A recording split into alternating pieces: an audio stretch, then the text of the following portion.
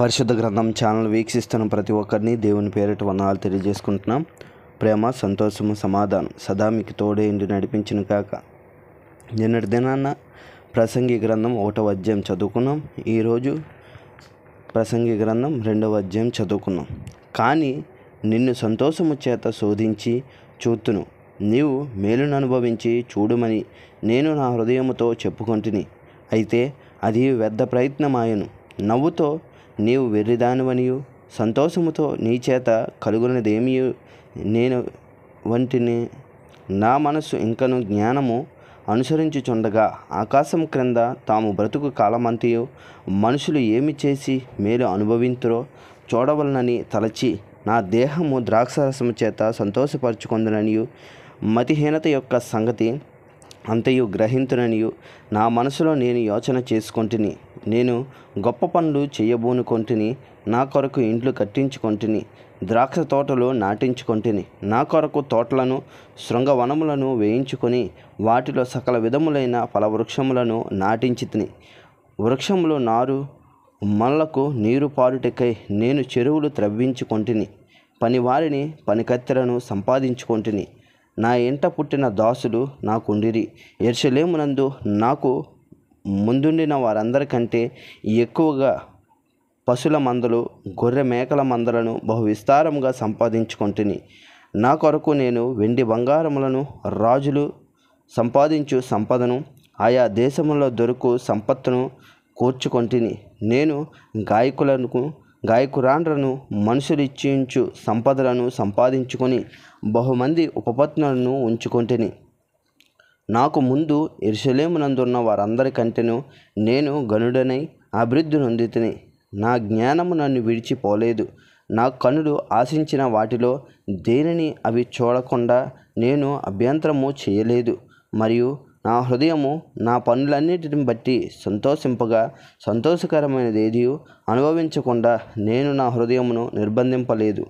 ఇదే నా పనులన్నిటి వలన నాకు దొరికిన భాగము. అప్పుడు నేను చేసిన పనులన్నీ, వాటి కొరకై నేను పడిన ప్రయాసమంతయు నేను నిదానించి వేచింపగా అవన్నీ వ్యర్థమైనవిగాను, ఒకడు గాలికి ప్రయాసపడినట్టుగాను అగుపడెను. సూర్యుని క్రింద లాభకరమైనదేది లేనట్టు నాకు కనబడెను. రాజు తర్వాత రాబోవాడు ఇది వరకు జరిగిన దాని విషయము సైతము ఏమి చేయునో అనుకొని నేను జ్ఞానమును, వెర్రితనమును, మతిహీనతను పరిశీలించుటకై పూనుకొంటిని. అంతటా చీకటి కంటే వెలుగు ఎంత ప్రయోజనకరమో, బుద్ధిహీనత కంటే జ్ఞానము అంత ప్రయోజనకరమని నేను తెలుసుకొంటిని. జ్ఞానికి కనులు తలలో నున్నవి, బుద్ధిహీనుడు చీకటి యందు నడుచుచున్నాడు. అయినను అందరికీ ఒకటే గతి సంభవించినని నేను గ్రహించితిని. కావున బుద్ధిహీనునికి సంభవించినట్లే నాకును సంభవించును గనుక నేను అధిక జ్ఞానము ఎలా సంపాదించితనని నా హృదయమందు అనుకొంటిని. ఇది వ్యర్థమే. బుద్ధిహీనులను గూర్చినట్లుగానే జ్ఞానులను గూర్చి జ్ఞాపకము ఎన్నటికీ ఉంచబడదు. రాబోవు దినములలో వారందరూ మరవబడిన వారై యుందురు. జ్ఞానులు మృతునందు విధమెట్టుదో, బుద్ధిహీనులు మృతునందు విధమట్టిది. ఇది చూడగా సూర్యుని క్రింద జరుగునది నాకు వ్యసనము పుట్టించెను. అంతయు వ్యర్థముగాను, ఒకడు గాలికి ప్రయాసపడినట్టుగాను కనబడెను గనుక బ్రతుకుట నాకు అసహ్యమాయెను. సూర్యుని క్రింద నేను ప్రయాసపడి చేసిన పనులన్నిటినీ నా తరువాత వచ్చువానికి నేను విడిచిపెట్టవలనని తెలుసుకొని నేను వాటి యందు అసహ్యపడితిని. వాడు జ్ఞానము గలవాడై ఉండునో, బుద్ధిహీనుడై ఉండునో అది ఎవనికి తెలియను. అయితే సూర్యుని కింద నేను ప్రయాసపడి జ్ఞానము చేత సంపాదించుకున్న నా కష్టఫలమంతటిని మీదను వాడు అధికారి అయి ఉండును. ఇదియును వ్యర్థమే.